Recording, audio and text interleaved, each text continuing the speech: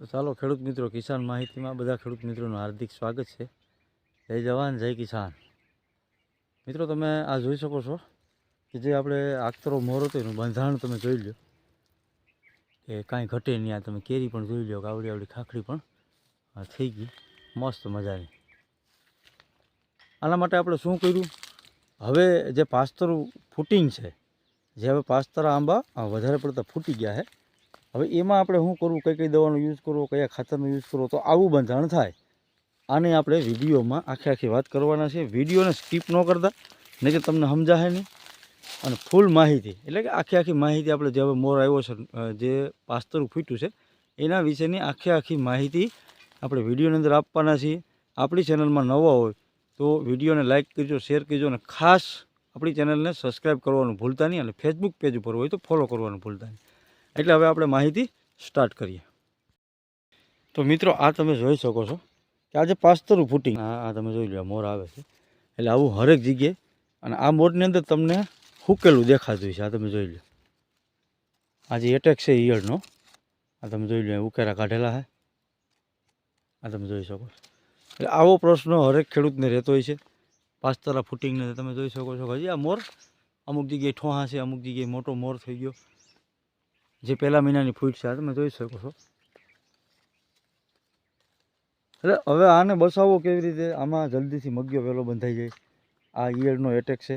આ કઈ ઈયળ છે એ પણ હું તમને કહું ખેડૂત મિત્રો કે કઈ ઈયળ છે. આ હું તમને સમજાવીશ વિડીયોની અંદર.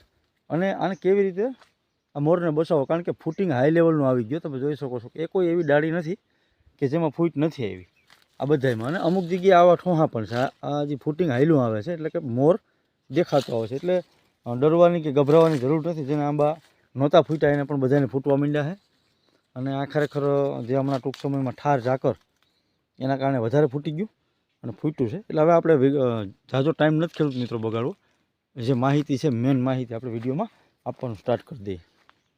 ખાસ કે જે પહેલા મહિનામાં ફૂટ્યું અને અત્યારે બીજો મહિનો ચાલુ થઈ ગયો છે. એટલે કે આજે તારીખ છે 5/2/2023ના રોજ આપણે આ વિડીયો બનાવીએ છીએ. પણ આ બધું ફૂટી ગયું અને ફૂટતું પણ આવે છે. એટલે આવા હરેક ખેડૂત મિત્રોના આંબાના બગીચાની અંદર આ રીતનું જ છે કે આ એક બાજુ તમે જોઈ શકો છો કે આવડો મોર છે, તો અહીંયા પાછું આ તમે જોઈ શકો છો વિડીયોમાં કે આ જે હાઈલું આવે છે. એટલે ગભરાવાની જરૂર નથી. જે પાસ્તરો મોર છે એ ટૂંક જ સમયમાં નીકળી અને એમાં મગ્યાનું બંધારણ અને કેરીનું પણ સારું બંધારણ થાય. પણ જે એટેક છે ઈયળનો, આ મારો મેન મુદ્દો હતો. અને જે ઠાર અને ઝાકરના કારણે જે ફૂગનો પ્રશ્ન છે કે મોર ફૂલખણી થઈને ખરી જાય, ફૂગ લાગતી હોય એટલે ફૂલખણી થઈ જતી હોય છે. આ 2 થી 3 પ્રશ્નો છે આપણે એને વિડીયોની અંદર આવરી લીધા છે. અને સચોટ માહિતી અને સચોટ ઈલાજ.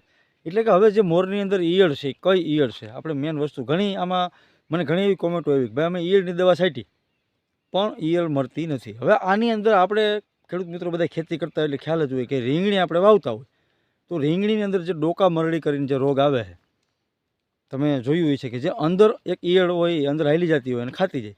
આ ડોકા મરડી ટાઈપની આમાં ઈયળ હોય છે. એટલે કે જે ઈયળનો ફૂદો હોય છે, આ ફૂદો મોરની અંદર આ તમે જોઈ શકો છો કે આ મોર, આ તમે જોઈ લો ખેડૂત મિત્રો, અહીંથી આ મોર પૂરો થઈ ગયો.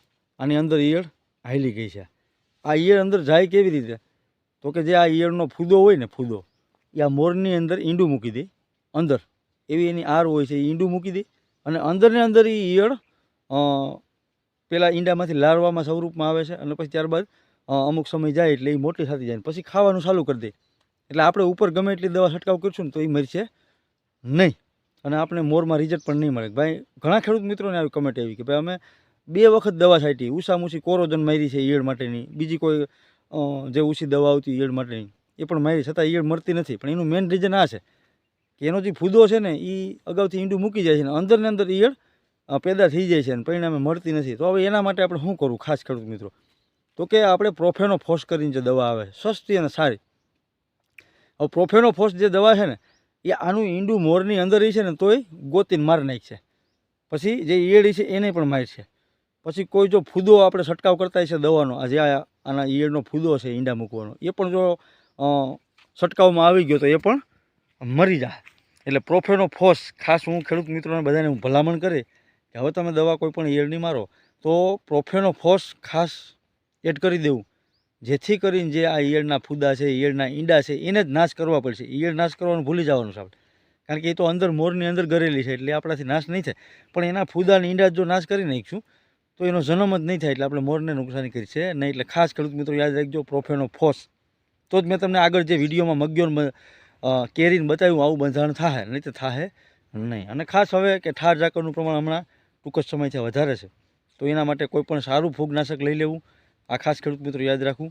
અને સાથે સાથે એક બીજી દવાની હું ભલામણ કરી, અને સસ્તી છે અને ઓર્ગેનિક બેઝ ઉપરની આ દવા છે, જે અક્ષર ફાર્મસીનું બ્લેક અમૃત કરીને આવે છે. આનો તમારે જેને નાના નાના મોર હોય, જે ઠોહા દેખાતા હોય, મોર નીકળતા આવે આજે બીજા મહિનામાં, આમાં સાથે તમારે પ્રોફેનોફોસ, એક કોઈ પણ સારું ફૂગનાશક, અને સાથે તમારે બ્લેક અમૃત જે અક્ષર ફાર્મસીનું આવે એનો તમારે એડ કરી દેવો. જે 15 લીટરના પંપમાં એનું 40 થી 50 mlનું માપ છે એ નાખી દેવું. એનાથી બેસ્ટ બંધારણ પણ થાય અને બહુ રિઝલ્ટ સારું મળે છે. અને જે કેરી મગ જેવડી થઈ અને પીરી થવાનો પ્રશ્ન છે એમાં પણ તમને બેસ્ટ રિઝલ્ટ મળશે ખેડૂત મિત્રો. એટલે આ 3 દવા સાથે એડ કરી અને છંટકાવ કરવામાં આવે તો અત્યારે જે મોર નીકળ્યા એમાં બેસ્ટ રિઝલ્ટ ખેડૂત મિત્રો મળશે. અને મેં તમને જે આગળ બતાવ્યું આવું તમને બંધારણ પણ થઈ જાય જે બ્લેક અમૃત છાંટવાથી. તો મિત્રો વિડીયો સારો લાગ્યો હોય તો લાઇક કરજો, શેર કરજો, ખાસ સબસ્ક્રાઈબ કરવાનું ભૂલતા નહીં. જય જવાન, જય કિસાન.